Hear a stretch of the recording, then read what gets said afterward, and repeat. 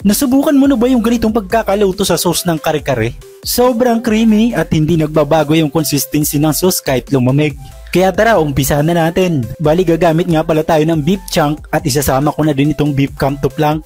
Pinakuloan ko muna ito at tinimplahan ko na din ng asin at paminta, laurel beef cube para may lasa na. At para sa pampalapot natin, gagamit nga pala ako dito ng glutinous rice. Lutuin mo lang yan sa mahinang apoy habang inahalo hanggang sa maging kulay brown na parang ganito. At dumako naman tayo sa paggagawa ng sauce. Siyempre pampakulay. Naggisa muna ako ng sibuyas at bawang. Nung lumabas ang kanyang aroma, sinunod ko na din yung sabaw ng pinagpakuluan natin ng beef kanina. Nilagay ko na din yung glutinous rice. Halu-haluin mo lang yan hanggang sa malusaw. Yan nga pala yung magbibigay ng kakaibang lasa ng kare-kare natin. Roasted peanut nga pala yung ginamit ko dito. Pero ikaw nang bahala kung anong gusto mong gamitin. Haluin mo lang yan hanggang sa lumapot. At kapag ganito na yung consistency niya, okay na yan. Wala na akong ibang nilagay na pampalasa dito dahil malasa na yung beef stock na ginamit natin. Pero kung nakukulangan ka pa sa timpla, i-adjust mo na lang ng konting patis. Ayan na guys! Tingnan mo naman yan par. Sauce pa lang ulam na. O diba, ganun lang kasimple. Maraming salamat nga pala sa mga bagong followers at sa mga patuloy na laging nakaantabay sa mga videos natin. Kaya kung may idea po kayo na gusto mong iluto natin next time, paki-comment mo naman sa ibaba